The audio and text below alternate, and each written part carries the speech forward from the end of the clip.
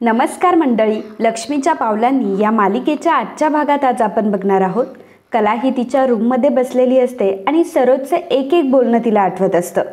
सरोज तिला म्हटलेली असते की घरातल्या सगळ्यांना तर तू गुंडाळून ठेवलंयस, परंतु तू मला गुंडाळू नाही शकत.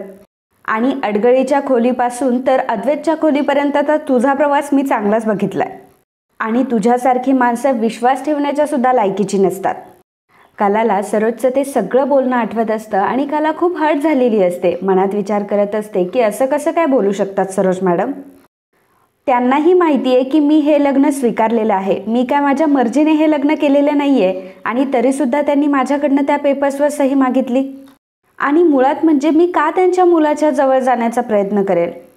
सरोज मॅडम असं कसं काय करू शकतात. आजपर्यंत या घरामध्ये कधीही मला मान द्या असं तर मी कधी म्हटलेही नाही आहे, परंतु आज मात्र त्यांनी माझ्या स्वाभिमानाला ठेच पोहोचवली आहे. आजपर्यंत त्या म्हणतील मी ते सगळं काही सहन केलं, परंतु मी आता नाही सहन करू शकत.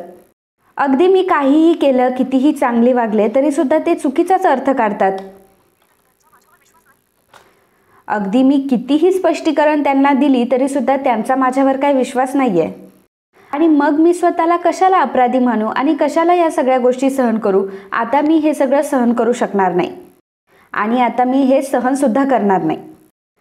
मित्रांनो, कलाने अगदी बरोबर निर्णय घेतला आहे की आत्तापासून ती ही गोष्ट सहन करणार नाही. आणि खरं आहे मित्रांनो, तिने ही गोष्ट कशाला सहन करायची. कारण अद्वैतसोबत लग्न तिलाही करायचं नव्हतं. तिच्या मर्जीने त्या दोघांचं लग्नही झालं नव्हतं. दोन्ही कुटुंबाच्या दबावाखाली तिला हे लग्न करावं लागलं. मग सरोजने तिला समजून घेण्याच्या ऐवजी सरोज जर प्रत्येक वेळी तिची इज्जतच काढत असेल तर सरोजचं कुठेतरी चुकतंय. आणि प्रत्येक गोष्टीवर गप्प राहणं हे सोल्युशन तर अजिबात नसतं. त्यामुळे कलाने जो निर्णय घेतलाय तो अतिशय बरोबर घेतलाय. तर कलाला तिच्या बाबांची फार आठवण येत असते. ती विचार करत असते की आज जर बाबा असते तर किती बरं झालं असतं. आज जर ते सोबत असते आणि त्यांनी फक्त माझ्या डोक्यावरनं हात ठेवला असताना तरीसुद्धा मी शांत झाले असते. काहीही न सांगता त्यांना माझ्या मनातलं अगदी व्यवस्थित कळतं. बाबा, आज मला फार एकटं वाटतंय हो. आज तुमच्या कलाला तुमची खूप गरज आहे. कला तिचे डोळे पुसते आणि लगेचच तिची बॅग घेते आणि तिथून निघते. तर मंडळी, आज आपल्या लाईकचं टार्गेट असणारे 600 लाईक्स. त्यामुळे व्हिडिओला लाईक करून आम्हाला टार्गेट पूर्ण करण्यासाठी मदत करा. सोबतच आजच्या भागामध्ये बाबांचं आणि कलाचं बोलणं हे फारच इमोशनल आहे आणि ते ऐकून तुमच्याही डोळ्यात पाणी येईल. त्यामुळे व्हिडिओ हा शेवटपर्यंत नक्की बघा. इकडे अद्वैतने सानिकाला कॉल केलेला असतो. सानिकाला तो म्हणत असतो की मिस्टर स्वामीनाथन यांना जी डिझाईन्स पाठवायचे त्याची डेडलाईन जवळ आली आहे. लवकरात लवकर आपल्याला डिझाईन्स फायनल करावे लागतील आणि तू तुझ्या मैत्रिणीला विचार की डिझाईन्स कधीपर्यंत देणारस म्हणून. सानिका म्हणते की ठीक आहे सर, मी लगेचच त्यांना फोन करून कळवते. तेव्हा अद्वैत म्हणतो की तिला फोन करून नको कळवू, लगेच तिला कॉन्फरन्सवर घे. सानिका घाबरते. ती विचार करू लागते की जर आता अद्वैत सरांसमोर कला मॅडम ह्या फोनवर बोलल्या तर कला मॅडमचा आवाज लगेचच अद्वैत सरांना ओळखू येईल. सानिका लगेचच कलाला कॉल करते आणि कलाला कॉल केल्यावर कला फोन उचलते सुद्धा. परंतु सानिका पहिल्यांदाच हे सांगून देते की हो श्रेया, अगं सर कॉन्फरन्सवर आहे, बोल. त्यामुळे कलाला समजलेलं असतं की अद्वैत हा कॉन्फरन्सवर आहे. कला विचार करत असते की आता हा कशाला मला फोन करतोय. मला त्रास देण्याची एकही संधी सोडत नाही हा अद्वैत चांदेकर. सरोज मॅडमला तर त्यांचा मुलगा अतिशय गुणी वाटतो, परंतु एकच बाजू त्या कशा काय बघू शकतात काय माहिती. सानिका कलाला विचारते की तर श्रेया, कधीपर्यंत डिझाईन्स भेटतील ग मला. कला आवाज बदलून बोलत असते की ऐक ना ग. कला तिला म्हणत असते की सानिका अगं ऐक ना, माझ्या घरामध्ये ना जरा खाजगी अडचण आहे. तेव्हा अद्वैत म्हणतो की हे बघ श्रेया, परंतु मला प्रचंड मोठी अडचण आहे. तर कला म्हणते की हो, मग मी कारणं देत नाहीये. मला सुद्धा खूप मानसिक त्रास झालाय चांदेकर साहेब. माझं काम मी व्यवस्थितपणे पूर्ण करून सानिकाला पाठवलंय आणि आजचं सुद्धा चित्र मी व्यवस्थित पूर्ण करून तिला पाठवेल सुद्धा. हे बघा, कितीही अडचणी आल्या तरी सुद्धा मी माझं काम पूर्ण करेलच, तुम्ही काळजी करू नका. कला फोन कट करून टाकते आणि ती तिच्या बाबांच्या घरी जायला निघालेली असते. अद्वैत इकडे म्हणत असतो की हिला ताण आलाय. कसला ताण आलाय, घरात तर असं काही झालं नाहीये. ही नक्की अति आगाऊच आहे ना की दुसरी कोणी आहे. इकडे रजनी ही सोहमला बोलवायला आलेली असते आणि सोहमच्या रूममध्ये जेव्हा ती डोकवते तर सोहमच्या रूममध्ये त्याने सगळीकडे पसारा घातलेला असतो. आता रजनी जेव्हा तो पसारा बघते तेव्हा तो पसारा आवरायला सुरुवात करते.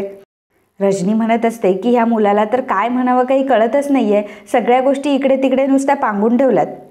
अगदी एक गोष्ट सुद्धा याला जागेवर ठेवता येत नाही. नुसता अद्वैत दादा करत असतो, परंतु अद्वैतकडून काही शिकत नाही. अद्वैत किती परफेक्ट आहे बरं. आणि बघा हा, थोड्या दिवसातच त्याचं लग्न होईल, मग बायको चांगलीच त्याला धारेवर धरेल. आता रजनी तो पसारा आवरत असताना कॅनव्हासवरती सोहमने जे काजलचं चित्र काढलेलं असतं, काजलचं जे ड्रॉइंग काढलेलं असतं ते तिथंच ठेवलेलं असतं. आणि रजनी आता त्याच्याकडे बघते आणि विचार करते की हा कॅनव्हास असा उलटा का ठेवला याने. आणि मग तो कॅनव्हास सरळ करण्यासाठी रजनी जाणार असते. रजनीला काजलचं चित्र दिसणारच असतं, परंतु त्याच वेळी सोहम तिथे येतो आणि रजनीवर जोराचं ओरडतो. रजनीला तो म्हणतो की आई अगं काय करतेस तू इथे. तेव्हा रजनी म्हणते की सोहम अरे काय झालं एवढं, तू एवढा मोठ्याने का ओरडतोय आणि एवढा काय पसारा करून ठेवलाय खोलीमध्ये. हे बघ, कुठली गोष्ट तू जागेवर ठेवतच नाहीये. तुझी बायको जर तुझ्यासारखीच जर भेटली ना तुला, तरच ती ह्या पसाऱ्यामध्ये राहू शकते, नाहीतर चांगली मुलगी कधीच इथे राहू शकत नाही. नाहीतर ना ती चांगलेच तुझे कान उपटेल. नाही नाही, मीच तिला सांगणार आहे. आणि तिला स्पष्टपणे हे सांगते की बाई ग, एक कान तू उपट, एक कान मी उपटते, म्हणजे हा चांगला वठणीवर येईल. सोहम म्हणतो की आई प्लीज बस झालं ना ग आता, तू प्लीज माझ्या वस्तूंना असा हात लावत जाऊ नकोस ना ग. सोहम हा फारच चिडचिड करत असतो, कारण त्याला कारणही तसंच असतं. काजलने त्याच्या प्रेमाचा विरोध केलेला असतो, प्रेमाला तिने नकार दिलेला असतो. त्यामुळे सोहम जरासा अपसेट असतो आणि त्याची फार चिडचिड होत असते. रजनी त्याला विचारते की काय झालंय सोहम तुला, तू एवढा चिडचिड का करतोयस, तुझं काही बिनसलंय का. सोहम म्हणत असतो की आई प्लीज प्लीज नको ना आता हे सगळं काही. रजनी म्हणते की बरं बाबा, तुला आता मला काही सांगायचं नाहीये ना, नको सांगू, तू खाली बस बरं पहिल्यांदा. रजनी सोहमला खाली बसवते आणि म्हणते की हे बघ, आता तू डोकं शांत ठेव आणि तुला जरी काहीही लागलं तरी तू मला सांग, मी तुला आणून देते. रजनी आता तिथून निघून गेलेली असते. सोहम डोक्याला हात लावत असतो आणि त्यालाही आईला ओरडल्यामुळे वाईट वाटत असतं. विचार करत असतो की मी आईला कशाला ओरडलो असेल, मी आता खरंच वेडा झालोय का. इकडे संगीता ही बाबांना नाश्ता देत असते. गरम गरम नाश्ता ही बाबांना वाढत असते आणि म्हणत असते की अहो तुम्हाला कामाला जायचंय, चांगलंच जेवून जा. तर बाबा म्हणत असतात की अगं मला कामाला जायचंय, एवढं कशाला वाढतीये. संगीता म्हणते की तुमची तब्येत बघा एकदा कशी झाली आहे, म्हणूनच तुम्हाला एवढं सगळं वाढतेय. आता त्याच वेळी तिथे कला आलेली असते. संगीताचं आणि बाबांचं अजूनही कलाकडे लक्ष नसतं. कला आता डायरेक्ट त्यांच्यासमोर येऊन उभी राहते, त्यामुळे त्यांना खूप मोठं सरप्राईज भेटलेलं असतं. दोघंही बघून खूपच खुश झालेले असतात. संगीता कलाला जवळ घेते, तिची पापी घेते आणि म्हणते की तू बरी आहेस ना, सगळं काही ठीक आहे ना, तू बस बरं इथे. कला म्हणते की हो आई, सगळं काही ठीक आहे. कला आता बाबांजवळ बसते. संगीता म्हणत असते की बरं तू पण बस बरं जेवायला, मी तुझ्या आवडीची बटाट्याची भाजी केलेली आहे, बटाट्याची भाजी खाऊन घे. कला म्हणते की नाही नाही ग आई, मी जेवून आली आहे, तू बस ना, मला तुझ्याशी बोलायचं आहे अगं. कलाचा पडलेला चेहरा बघून बाबा आणि संगीता दोघंही एकमेकांकडे बघू लागतात आणि संगीता कलाला विचारते की कले, सगळं काही ठीक आहे ना ग, म्हणजे चांदेकरांच्या इथे काही प्रॉब्लेम तर नाही आहे ना. कला म्हणते की का बरं गाई, फक्त काही प्रॉब्लेम असेल तरच मी येऊ शकते का, मला तुमच्या दोघांचीही आठवण आले म्हणून मी आले. संगीता म्हणते की अगं बाळा तसं नाही ग, तू अचानक आलीस ना, फोन पण नाही केलास आणि म्हणून मला जरा वाटलं आणि जीव घाबरत झाला, बाकी काही नाही. बाबा संगीताला म्हणतात की अगं संगे, एवढे काय प्रश्न विचारतीयस तिला, ती लांबून आली आहे, जरा तिला पाणी विचार, तिला जेवायला दे काहीतरी. संगीता म्हणते की हो बाबा विसरलेस मी पाणी घेऊन येते तिच्यासाठी. संगीता कलासाठी पाणी घेऊन येते, तर कला पाणी पित असते. बाबा आणि संगीता दोघंही एकमेकांकडे बघत असतात. त्यानंतर बाबा संगीताला म्हणतात की संगे हे बघ झालं माझं. संगीता म्हणते की अहो हे काय, तुमच्या ताटामध्ये अर्ध जेवण तर तसंच आहे. बाबा म्हणतात की अगं संगे, पोरगी एवढ्या दिवसांनी घरी आली ते बघूनच माझं पोट भरलंय, मला आता तिच्यासोबत जरा गप्पा मारू देत. संगी म्हणते की हो चालेल. बाबा संगीताला सांगतात की संगे तू आतमध्ये जा आणि आतमधलं सगळं काही आवर आणि माझ्या मुलीसाठी काहीतरी चांगलं खायला तरी घेऊन ये आणि मगच बाहेर ये. कला नको नको म्हणत असते, परंतु संगीता म्हणते की नाही, आता तुला काहीतरी खावंच लागेल. संगीता कलासाठी काहीतरी बनवण्यासाठी किचनमध्ये निघून जाते.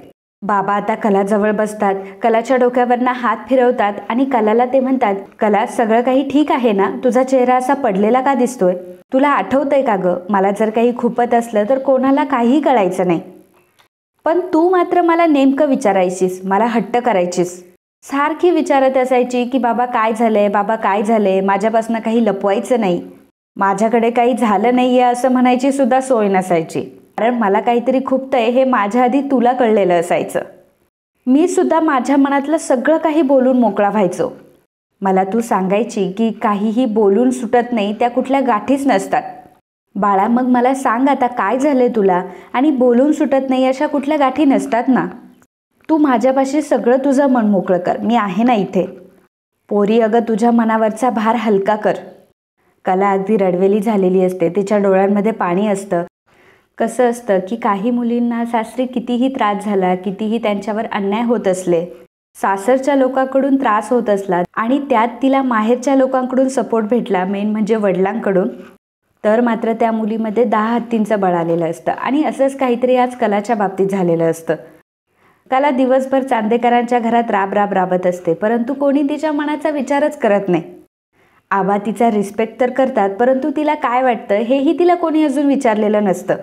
त्यामुळे माहेरी आल्यानंतर बाबा जेव्हा तिला विचारतात की बाळा तुला काय झालंय, काय प्रॉब्लेम आहे, तू मला काहीही शेअर करू शकतेस, जेव्हा असं बाबा म्हणतात तेव्हा कलाच्या डोळ्यात पाणी येणं तर स्वाभाविक आहे. कला आता बाबांना तिची व्यथा सांगत असते. सतत स्वतःला सिद्ध करून आता मी थकले बाबा. बाबा, अहो मी जरी काहीही केलं तरी समोरचा माणूस जर ह्या सगळ्या गोष्टींचा चुकीचाच अर्थ घेणार असेल तर मी सगळं करून काय उपयोग. बाबांना कलाची व्यथा समजलेली असते, नक्की प्रॉब्लेम कुठे हे त्यांना समजलेलं असतं. कलाला ते म्हणत असतात की बाळा, जेव्हा आपण आपल्या तत्वांना धरून ठामपणे जगायचं ठरवतो ना, आणि आपण जेव्हा चांगल्या गोष्टी करायला जातो ना, तेव्हा युद्ध होतातच आणि लढाई पण होते. या घरामध्ये तू स्वतःला सिद्ध कर असं तुला कोणीच म्हणणार नाही, परंतु बाहेरच्या जगामध्ये मात्र तुला पावला स्वतःला सिद्ध करावं लागेल. आणि जो माणूस सत्याच्या बाजूने लढतो, सत्याची साथ देतो, त्या माणसाला त्याची लढाई स्वतःच पार करावी लागते. बाबा कलाला जवळ घेतात, कलावरनं हात फिरवत असतात आणि म्हणत असतात की एक गोष्ट नेहमी लक्षात ठेव बाळा, आपण भलेही एखाद्या माणसासाठी 100 गोष्टी चांगल्या करू, परंतु समोरचा माणूस त्या 100 चांगल्या गोष्टी नाही लक्षात ठेवत. अगं ते फक्त तुमची एक चूक लक्षात ठेवतात आणि त्या चुकीमुळे पावलापावलात ते तुम्हाला खाली दाखवण्याचा प्रयत्न करतात. परंतु काळजी करू नको, या सगळ्या गोष्टीवर एक रामबाण उपाय आहे. तर कला म्हणते की बाबा काय उपाय आहे, सांगा ना मला तो. बाबा तिला सल्ला देतात की आपण समोरच्याशी इतकं चांगलं वागायचं ना की एक दिवस समोरच्या माणसाला पश्चाताप होईल की आपण ह्या व्यक्तीसोबत का वाईट वागलो, आणि त्या व्यक्तीला हेही समजलं पाहिजे की आपण सगळ्या जगाला ओळखलं असेल, परंतु आपण कुठेतरी ह्या मुलीला ओळखण्यात चूक केली. बाबा कलाचा हात आणि त्यांचा स्वतःचा हात एकमेकांशी कंपेअर करून तिला सांगत असतात की बघ बरं, आपल्या प्रत्येकाच्या हाताची बोटं सारखी असतात का? त्याचप्रमाणे एका आईच्या पोटी जन्म घेतलेली मुलंसुद्धा सारखी नसतात. अगं आता लांबचं कशाला उदाहरण घ्यायचं, तुम्ही तिघी बहिणी आहात. तिघी बहिणी सख्या बहिणी असून सुद्धा तुमच्या सगळ्याच गोष्टी वेगळ्या आहेत. प्रत्येकीचे स्वभाव वेगळे, वागणं वेगळे, बोलणं वेगळे. मी आणि तुझा काका, आम्ही दोघं सुद्धा किती वेगळे आहोत. अगं कला, या वेगळेपणालाच आपण आपलं शस्त्र बनवायचं असतं. तो वेगळेपणा नेहमी जपायचा आणि त्याला चांगुलपणाची चांगलीच धार लावायची.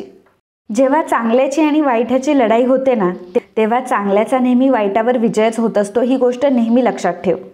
कला म्हणते की अहो बाबा, परंतु समोरच्याची वागण्याची, विचार करण्याची पद्धतच चुकीची आहे, त्यांना काही समजूनच घ्यायचं नाहीये. मग अशा वेळी मात्र हरायला होतं ना. बाबा म्हणतात की कले, तुला एक गोष्ट समजून सांगू, आपण ज्या चष्म्याने बघत असतो आपल्याला जग तसंच दिसत असतं आणि त्याच गोष्टी आपल्याला खऱ्या वाटायला लागतात. आपण जसं समोरच्याबद्दल वागतो, समोरच्याबद्दल विचार करतो, समोरच्यासाठी काही गोष्टी करत असतो, त्याच सेम गोष्टी समोरच्याने आपल्यासोबत कराव्या असं आपल्याला वाटतं. ज्याप्रमाणे आपण चांगलं वागतो, आपण चांगलं बोलतो, त्याचप्रमाणे समोरच्याने सुद्धा आपल्याशी चांगलंच वागावं, चांगलंच बोलावं. परंतु बाळा काय होतं की समोरचा तो त्याच्या चष्म्यातून बघत असतो, त्यामुळे गोष्टीमध्ये वाद होतात. तू तुझ्या चष्म्यातून बघते आणि समोरचा व्यक्ती त्याच्या चष्म्यातून बघतो. परंतु हे वाद कधी संपतील माहिती आहे का? जेव्हा हे चष्मे काढले जातील ना, तेव्हा हे वाद आपोआप संपतील.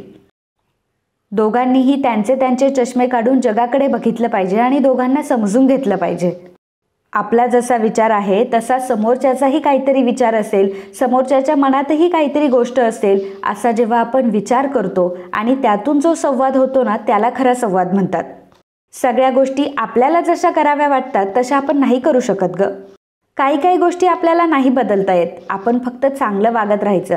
फक्त एक गोष्ट लक्षात ठेवायची की आपण चांगलं वागणं कधी सोडायचं नाही.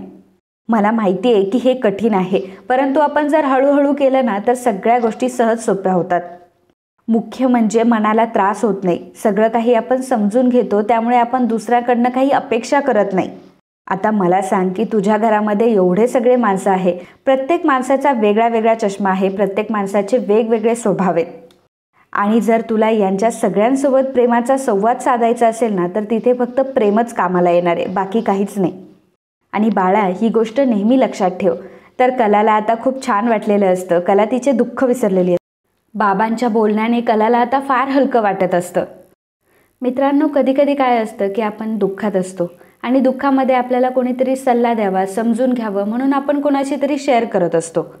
परंतु तोच सल्ला देणारा चुकीचा व्यक्ती असेल आणि चुकीचा सल्ला आपल्याला देत असेल, निगेटिव्ह गोष्टी आपल्याला सांगत असेल, तर त्या गोष्टींचा त्यावेळी आपल्यावर भरपूर प्रभाव पडतो.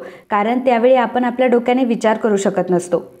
त्यामुळे आपल्या आयुष्यात एक योग्य सल्लागार असणं खूप गरजेचं आहे, जे की कलाच्या आयुष्यामध्ये कलाचे बाबा आहेत. कला ही बाबांना म्हणत असते की बाबा, खरं तर तुमच्यासोबत बोललं ना तर की माझे सगळे प्रॉब्लेम सॉल्व्ह होतात. बाबा कलाला म्हणतात की पोरी, माझा विश्वास आहे तुझ्यावर, तू सगळं काही ठीक करशील आणि सगळ्या गोष्टी चांगल्या होणार आहेत, तू अजिबात काळजी करू नकोस. एक गोष्ट नेहमी लक्षात ठेव की हे घर म्हणजे तुझं माहेर आहे बाळा. तरीही काहीही प्रॉब्लेम आला, काहीही झालं, तुला काहीही वाटलं तरी माहेरला यायचं, कारण हे तुझ्या हक्काचं घर आहे आणि इथं तुझ्या मनातलं ओझं कमी करायचं. आणि एक गोष्ट नेहमी लक्षात ठेव की तुझ्या प्रत्येक अडचणीमध्ये तुझा हा बाप तुझ्या पाठीमागे खंबीरपणे उभा आहे. पोरीचं लग्न झाल्यावर जेव्हा ती सासरी जाते तेव्हा तिला असं वाटतं की आपण एकटं पडलो, आता आपल्या पाठीशी कोणी बी नाही. पण तिने जर पाठीमागे वळून बघितलं ना, तर तिच्या आपोआप लक्षात येतं की तिच्या पाठीमागे तिचा बाप हा खंबीरपणे उभा आहे. कला पुन्हा एकदा बाबांना मिठी मारते, तिला खूप हलकं हलकं वाटत असतं. तर बाबा कलाला म्हणतात की मग आता काय विचार आहे तुझा इथे राहण्याचा विचार आहे की तिकडे जाण्याचा विचार आहे? कला हसते आणि बाबांना म्हणते, बाबा तुम्हाला कसं काय कळलं की मी त्रासाला कंटाळून चांदेकरांच्या घरून इथेच राहायला आले होते? बाबा तिला म्हणतात की अगं, मी तुझा बाप आहे आणि तू काहीही नाही बोलली, तू स्पष्टपणे नाही सांगितलं, तरी सुद्धा मला तुझ्या मनातल्या सगळ्या गोष्टी कळतात अगं. कला म्हणते की बाबा, खरं तर इथे येऊन माझं मन इतकं हलकं झालं ना की खरंच आज खूप शांत वाटतंय. आता इथे आलेच आहे तर आईच्या हातचं काहीतरी गरम गरम खाईन, थोडा वेळ थांबेल आणि मगच जाईल. कलाच्या डोक्यावरचा सगळा भार आता उतरलेला असतो. बाबांनी खूप मोठं काम केलेलं असतं, कलाला समजावून सांगितलेलं असतं. त्यामुळे चांदेकरांच्या घरामध्ये राहण्यासाठी आणि चांदेकरांना फेस करण्यासाठी, चांदेकरांचे स्वभाव ओळखण्यासाठी कला आता सज्ज झालेली असते. तर संध्याकाळ झालेली असते. अद्वैत हा ऑफिसमधून आलेला असतो. अंजू अद्वैतला विचारते की अद्वैत साहेब, तुमच्यासाठी कॉफी घेऊन येऊ का? अद्वैत म्हणतो की आणि खरे कुठे? तेव्हा अंजू म्हणते की मला माहीत नाही, मी सुद्धा त्यांना खूप वेळापासून नाही बघितलं. अद्वैत म्हणतो की ठीक आहे, तू तुझं काम कर. अद्वैत विचार करतो की कुठे म्हणजे कुठे असणार आहे, रूममध्येच असेल. अद्वैत हा रूममध्ये जातो. रूममध्ये इकडे तिकडे बघू लागतो तर कला कुठेच नसते. तर तो विचार करतो की इथे सुद्धा अति आगाऊ नाहीये. मग अति आगाऊ गेली तरी कुठे? तर अद्वैत आता कपाट उघडतो आणि कपाटामधून त्याच्या गोष्टी काढायला लागतो. लगेच चिडचिड करायला सुरुवात करतो की 1000 वेळा सांगितलंय माझ्या गोष्टींना हात लावायचा नाही, तरी सुद्धा ही मुलगी ऐकत नाही, सगळं विस्कळीत आहे माझं. सगळीकडे नसतं, हिला धुसखोरी करायची सवय लागली आहे. आता ही येईपर्यंत काय मी असंच बसायचं का? मग तो कलाला कॉल करत असतो. त्यावेळी कला फोन घेत नसते. अद्वैतच्या ही गोष्ट लक्षात येते की त्याच्या मोबाईलची चार्जिंगसुद्धा संपलेली असते. त्यामुळे तो म्हणतो की घ्या, आता फोनची चार्जिंगसुद्धा आत्ताच संपायची होती. आणि मग तो चार्जर शोधायला लागतो. तर त्याला चार्जरसुद्धा शोधत नसतं, कारण सगळ्या काही गोष्टी कलाने कलाच्या पद्धतीने रूममध्ये ठेवलेल्या असतात आणि अद्वैतला कला नसल्यामुळे त्याचं चार्जरही सापडत नसतं. अद्वैत फार चिडलेला असतो. खाली येतो आणि तो अंजूला म्हणत असतो की अंजू, माझे कपडे कुठे आहेत माहिती आहे का? त्याचवेळी आबा तिथे असतात आणि आबा अद्वैतला म्हणतात की काय रे अद्वैत, अजून तू कपडे चेंज केले नाहीस, जा बरं कपडे चेंज करून ये. अद्वैत म्हणत असतो की हो आबा, मला तेच करायचंय, परंतु माझे घरातले कपडे सापडत नाहीये आणि माझ्या फोनचा चार्जर सुद्धा सापडत नाही. अंजूला तो विचारतो की कुठे आहे? अंजू म्हणते की मला माहीत नाही. तेव्हा अद्वैत म्हणतो की माहीत नाही म्हणजे माहीत नाही असं सांगितल्यावर सगळं झालं का? अंजू म्हणते की आजकाल सगळं कलाताईच बघतात आणि त्याच सगळं व्यवस्थित ठेवतात. अद्वैत म्हणतो की मग मी आधी व्यवस्थित नव्हतो ठेवत का? मी सुद्धा सगळं व्यवस्थित ठेवायचं. जाऊ दे ना, मी तुला कशाला सांगतो ह्या सगळ्या गोष्टी. आहे, कुठे आहे तुझी ताई? आल्यापासून जरा माझ्या समोरही नाही आली आहे ती. बाबा हसतात आणि अद्वैतला म्हणतात की अरे अद्वैत, बायकोचा एवढा विरह, एक दिवस तुझी बायको घरामध्ये नाही तर तुझा जीव अगदी खालीवर व्हायला लागलाय. अद्वैत म्हणतो की नाही हो आबा, असं काही नाहीये. आबा म्हणतात की असू दे, कला तिच्या माहेरी गेली आहे. अद्वैत मनात विचार करतो की आता ही काय माहेरी जाण्याची वेळ आहे का? जर हिला माहेरीत जायचं होतं तर सांगून जायचं होतं ना. गेली तशीच. आता माझे कपडे आणि चार्जर मी कुठं शोधायचं बरं? माणूस दमून खमून घरी येतो. एकतर मला मरणाची भूक लागली आहे आणि कपडे चेंज केल्याशिवाय आणि फ्रेश झाल्याशिवाय मी काही खात नाही हे तिला चांगलंच माहिती आहे. आबा अद्वैतला विचारतात की काय रे अद्वैत, काय झालं? अद्वैत म्हणतो की काही नाही आबा. आणि मग कलाला तो फोन ट्राय करत असतो. कलाला तो सारखे फोन ट्राय करत असतो, परंतु कलाचा फोन काही लागत नसतो. अद्वैत आता त्याच्या रूममध्ये आलेला असतो आणि चिडचिड करत असतो आणि म्हणत असतो की मला माहिती आहे ना, मला माहिती आहे ती हे सगळं मुद्दाम करते. माझं डोकं नक्की कशाने फिरणार आहे ना हे तिला चांगलंच माहिती आहे. मुळात एवढ्या रात्री आपल्या माहेरी जायची गरजच काय? मी म्हणतो गेली तर गेली, परंतु हिला फोन करून मला कळवता येत नाही, साधा मेसेजही करता येत नाही. पण नाही, त्याशिवाय माझी फजिती कसं होणार? सगळं काही आपल्यावर अवलंबून आहे हे कोण दाखवेल? तिला फक्त ह्या सगळ्या गोष्टी मला दाखवायच्या असतात. आता मी चार्जर कुठे शोधू? अद्वैत पुन्हा त्याचा चार्जर शोधू लागतो. त्याला काही चार्जर भेटत नाही आणि मग तो विचार करतो की मी जेव्हा घरी येणार आहे तेव्हाच ही कशी काय बाहेर पडली? नक्कीच हिच्या मनात काहीतरी. मी जरा जाऊन येते, हां, इतकं साधं नसणार आहे ते. नक्कीच तिच्या डोक्यामध्ये काहीतरी शिजतंय. आता रात्रीची गेली म्हटल्यावर नक्कीच काहीतरी करणार आहे ते आणि तिच्या डोक्यात नक्कीच काहीतरी असणार आहे. पण काय असेल ते? अच्छा, आत्ता मला कळलं हे सगळं काय आहे. मी श्रेयाला लगेचच्या लगेच डिझाईन्स पाठवायला सांगितली होती, म्हणून तिला इमर्जन्सीमध्ये डिझाईन्स करायच्या आहे आणि म्हणून ती खरेंच्या घरी गेली आहे. तर मी म्हटलं ना, हे प्रकरण एवढं साधं सोपं नाही आहे. तिला ह्या सगळ्या डिझाईन्स चोरून करायच्या आहेत आणि त्याच कारणासाठी ही बाहेर गेली नसेल ना माहेरी. नक्की काहीतरी गडबड आहे. अद्वैत ह्या सगळ्या गोष्टींचा विचार करत असतो. मित्रांनो, अद्वैतचं चार्जर आणि कपडे सापडत नाही आहे हा अद्वैतचा प्रॉब्लेमच नसतो, तर नेहमी त्याच्या डोळ्यासमोर दिसणारी कला आज रूममध्ये नाही आहे हा त्याचा प्रॉब्लेम असतो. पण हा प्रॉब्लेम तो मान्य करत नाही की हा त्याला प्रॉब्लेम आहे म्हणून. कला दिसत नाही आहे म्हणून तो चिडचिड करतोय, बाकी काही नाही. मित्रांनो, आजचा हा भाग इथेच संपतो. पुढील भागामध्ये आपल्याला बघायला मिळणार आहे अद्वैत आता कलाच्या माहेरी आलेला असतो आणि म्हणत असतो की खरे जर आता डिझाईनचं काम करत बसलेली असली ना तर चांगलीच तोंडावर पडणार आहे आणि मग माझ्याशी तोंड वर करून कधी बोलणारही नाही. इकडे कला काजल, बाबांना आणि संगीताला तिच्या घरातल्या गोष्टी सांगत असते की कोण कसं आहे आणि फनी होऊन ती अद्वैतचं नाव घेत असते आणि म्हणत असते की सगळ्यात मोठा पुतळा माहिती आहे का तुम्हाला कोण आहे? तर संगीता म्हणते की कोण, जावई बापू? तेव्हा कला म्हणते की हो. आता अद्वैत तिथे आलेला असतो आणि कलाचं हे बोलणं तो ऐकत असतो. संगीता आता कलाला मागे वळायला सांगते. कला जेव्हा मागे वळून बघते तर अद्वैत तिच्या मागे उभा असतो. तर अद्वैतला बघून कला घाबरण्यापेक्षा त्याच्याकडे खूप रागाने बघत असते. तर सेम अद्वैतही तिच्याकडे बघत असतो. मित्रांनो, अशा प्रकारे अद्वैत खोलीमध्ये ज्या गोष्टीसाठी आलेला असतो ती गोष्ट तर झालेली नसते, म्हणजे कला काही डिझाईन्स करत नसते, परंतु आपला अपमान मात्र अद्वैतने त्याच्या स्वतःच्या डोळ्याने बघितलेला असतो. तर आजच्या भागाबद्दल तुमचं काय मत आहे हे नक्कीच नोंदवा. And if you like my video please do subscribe, share and comment. Thank you so much.